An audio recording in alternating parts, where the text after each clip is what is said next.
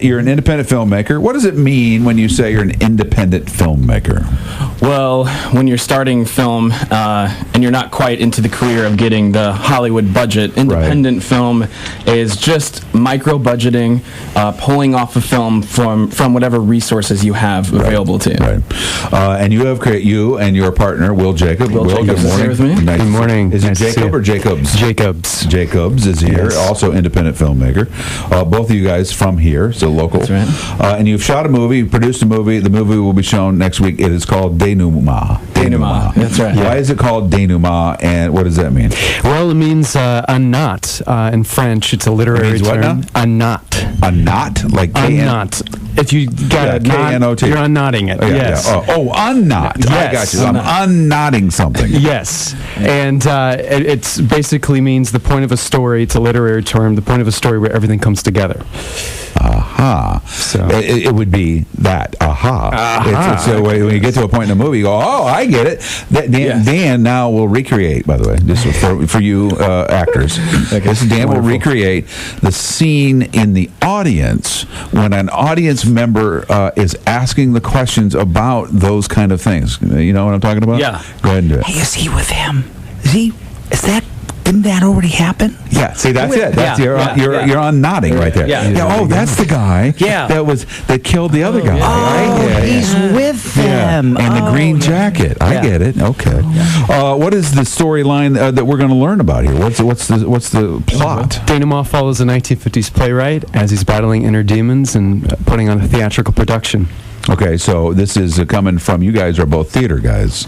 Right. Around in theater. You go local theaters around Peoria. So you've got that background. So this is a guy, first of all, showbiz people, we all have demons. That's why it's a requirement to be in show business is you got to have a couple demons. Right.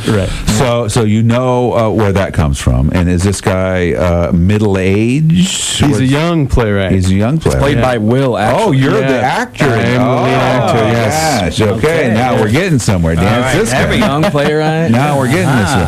And then who's his nemesis besides the demon? Himself. It's just that. He's dealing with himself. Yeah. Okay.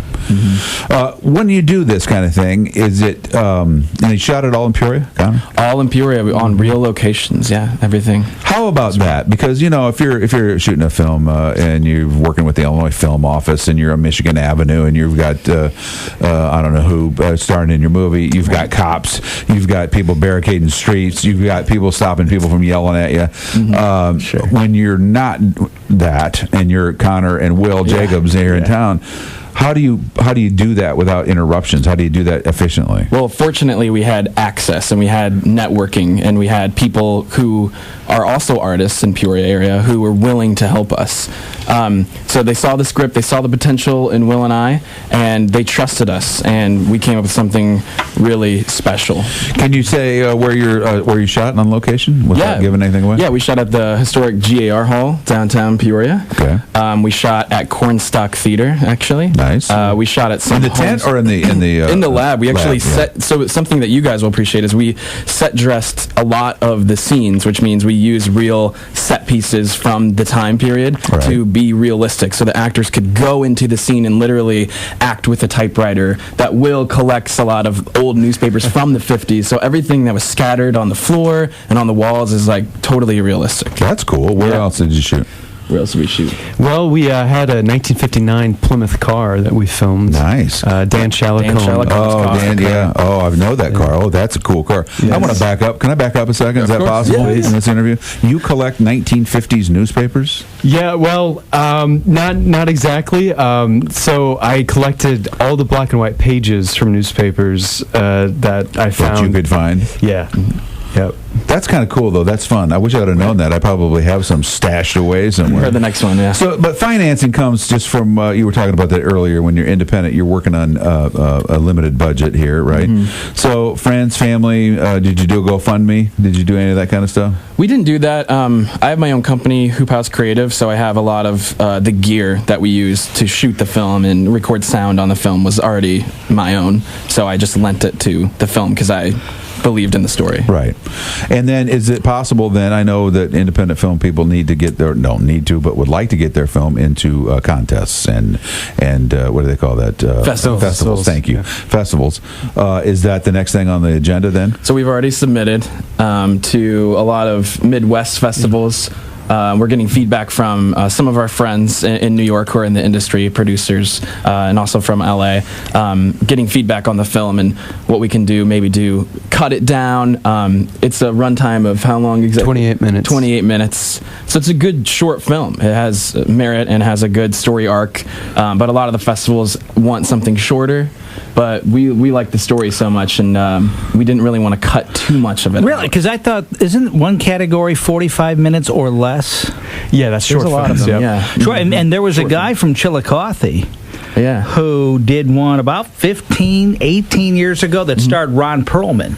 No, I don't know if you ever seen it. In fact, I think he got nominated for an Academy Award. He did, yeah, right. I can't remember what that guy's name is. Yeah, and I can't, but he is from Chillicothe. I think it might have been more than that, Dan. Like 25 years ago. That was a long time ago. Was it that long time ago? Wow. But I think with the length of our film, actually, we've heard from a lot of friends in the industry that actually international film festivals are more willing to accept our 28-minute film arc for those categories. And what does it mean to be in a festival then? What does it mean from a marketing standpoint? Yeah, so having your film in a film festival, it's a networking opportunity. At these festivals, you can win awards, you meet other filmmakers, and basically just get your film out there. It's really a way to get attention for your product that you fellows are producing. Yes. Right. Yeah, right. Mm-hmm. The name of the movie is, let me pronounce it again, Denouement. Denouement. I don't know why I have such a hard time. Denouement, and it's going to be at the Apollo on the 27th. How does one get tickets for such a thing? Well, it's a $5 admission. You just have to show up. Show up. Yeah. What time? It's 6. The doors open at 6:30. The film starts at 7. If you've never been to the Apollo, it's fantastic. I love going there. I love it. It's one of the great treasures of Peoria. It's cool. It's beautiful. And then, of course, when you and I flew out to the Cannes Film Festival for Asian Carpnado. Yes, I remember that. Carpnado. Yeah. We kept ours at about 10 minutes. Yeah, we kept ours at 10. Not to tell you what to do. We had a lot of flying carp in ours. You might want to put that in your next movie. Yeah. I'm excited for you guys. Peoria has a wonderful arts community. It really does. And I think that sometimes maybe people think, well, that's only the arts community saying that. You know what I mean? Yeah. It's easy to go, hey, good job, Connor. Well, we got a great arts community, don't we? And then that's another artist saying that to you. Mm-hmm. Right. But I do think finally, after a long time, or maybe a resurgence of it now. Not only the film industry that you guys are involved with, there's a number of people working on things around here in that regard, but I know there's a big thing that's going to happen next summer that I'm excited about, the outdoor mural things. I don't know if you guys know about that yet, but and there's just tons of things happening musically. Oh my gosh, there's so much live music around here that's fantastic. Oh, yeah. So I'm glad you guys are part of it. The doors open at 6 at the Apollo. Connor Parkhurst, Will Jacobs, it's good to see both of you guys. Thank you so much. Hang tight a second. Okay. The guy's name, Dan, real quick, and we'll fill in. The guy's name was Aaron Snyder. Yes. Aaron Snyder was the filmmaker. Who was it? And Ron Perlman. Ron Perlman, Hellboy.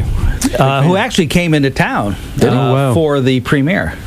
Guess who did not come into town for our premiere of Asian Carpnado? Who's that? No one. No one came into town. No one came. 8:48 on WMBD, the Greg and Dan Show. You know who we wanted to was Ray Liotta, because we mentioned him in the movie. And he's not showing up. Yeah.